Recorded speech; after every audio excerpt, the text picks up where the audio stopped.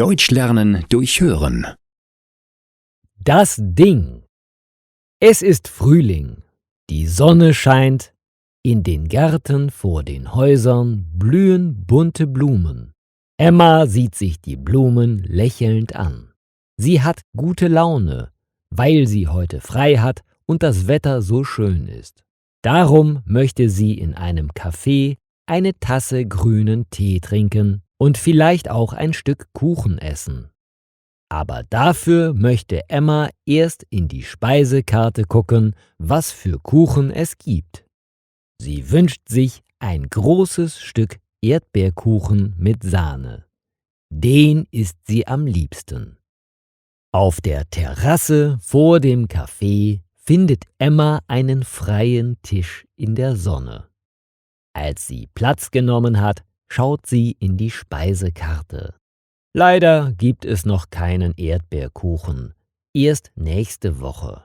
Also bestellt Emma nur eine Tasse grünen Tee mit Zucker. Während sie auf ihren Tee wartet, beobachtet sie die Leute, die am Café vorbeigehen und die Autos, die vorbeifahren. Es dauert nicht lange, bis der Kellner zurückkommt. Er bringt Emmas Tee auf einem kleinen Tablett. Neben der Tasse liegt ein Tütchen Zucker. »Hier ist Ihr grüner Tee. Bitteschön«, sagt der Kellner, als er die Tasse auf dem Tisch abstellt. »Vielen Dank«, antwortet Emma. Sie bezahlt auch direkt.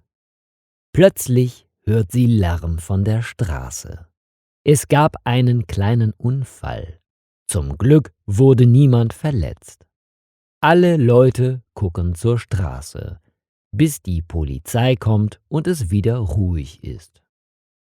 Emma möchte von ihrem Tee trinken und bemerkt einen Brief auf dem Tisch neben der Tasse. Für Emma steht auf dem Brief. Seltsam, denkt Emma, wo kommt der denn her? Sie sieht sich um, aber niemand guckt zu ihr herüber. Niemand benimmt sich auffällig. Vielleicht findet sie eine Antwort auf ihre Frage in dem Brief. Neugierig öffnet Emma ihn und beginnt zu lesen. Liebe Emma, wir brauchen die Kiste. Leg sie heute Abend um 18 Uhr unter die Bank am See im Park. Jetzt hat Emma noch mehr Fragen, aber immer noch keine Antwort. Sie überlegt, von wem ist wohl der Brief und welche Kiste ist gemeint? Vielleicht geht es um die Kiste, die ich von meinem Opa bekommen habe. Leider weiß Emma nicht, was in der Kiste ist. Das möchte sie jetzt aber gerne wissen. Schnell trinkt sie ihren Tee aus und läuft nach Hause. Die schönen bunten Blumen in den Gärten scheint sie nicht mehr zu sehen. Emma will nur noch nach Hause zu der Kiste. Vor ihrer Haustür holt sie eilig ihren Schlüssel aus der Handtasche. Sie ist so aufgeregt, dass ihr der Schlüssel beim Öffnen der Tür aus der Hand fällt. Emma hebt ihn auf und öffnet endlich die Tür. Schnell geht sie in ihr Schlafzimmer. Dort steht die Kiste im Schrank. Sie ist aus schwarzem Holz und es sind rote Rosen darauf. Vorsichtig öffnet Emma die Kiste, aber sie weiß immer noch nicht, was darin ist. Da liegt ein seltsames Ding auf dunkelblauem Stoff. Was ist das? Fragt sich Emma ratlos. Das Ding in der Kiste ist nicht rund, aber auch nicht eckig. Emma kann nicht einmal sagen, welche Farbe es hat. Erst ist es grün, dann sieht es eher blau aus, aber vielleicht ist es auch lila. Emma ist unsicher. Das Ding verändert sich, während Emma es anguckt. Es liegt noch in der Kiste. Emma möchte es nicht herausnehmen. Es macht ihr etwas Angst.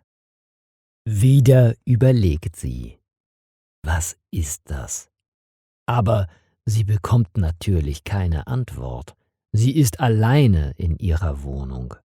Was macht man damit? Überlegt sie. Emma hat keine Ahnung.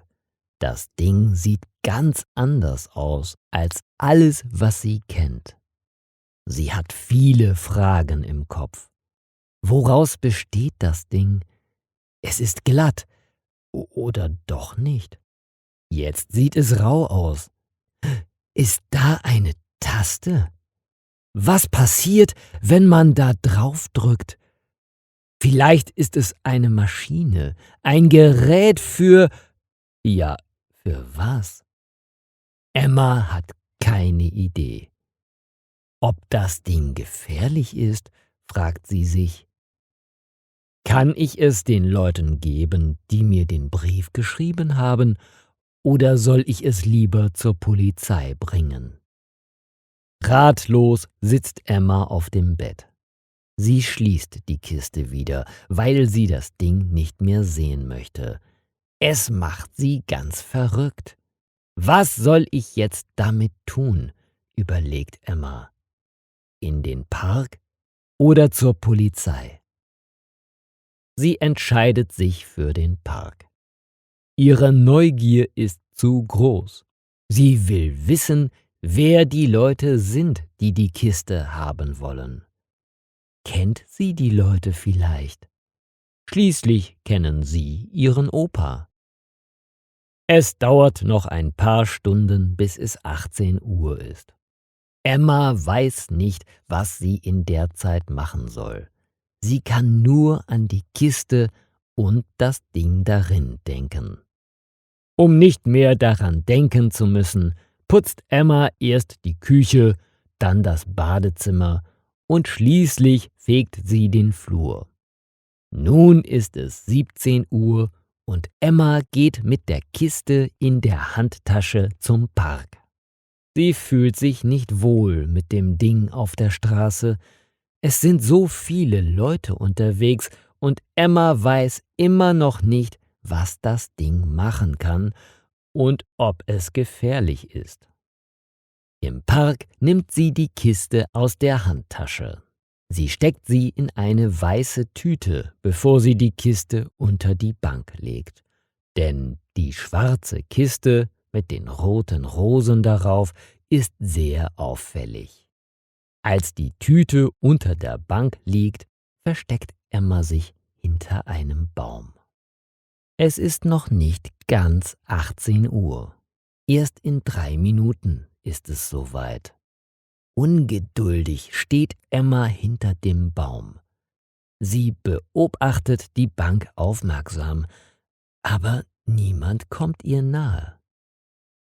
Nach ein paar Minuten kommt ein Kind, das etwas in den Mülleimer neben der Bank wirft, aber für die Kiste in der Tüte interessiert sich immer noch niemand. Die Zeit vergeht. Alle Leute gehen an der Bank vorbei, ohne stehen zu bleiben. Emma wartet schon seit einer halben Stunde. Dann bellen 2 Hunde. Sie dreht sich zu den Hunden um. Die Besitzer halten die Tiere fest. Einer von ihnen zieht seinen Hund vom anderen weg. Emma sieht wieder zurück zur Bank. Die Kiste ist weg.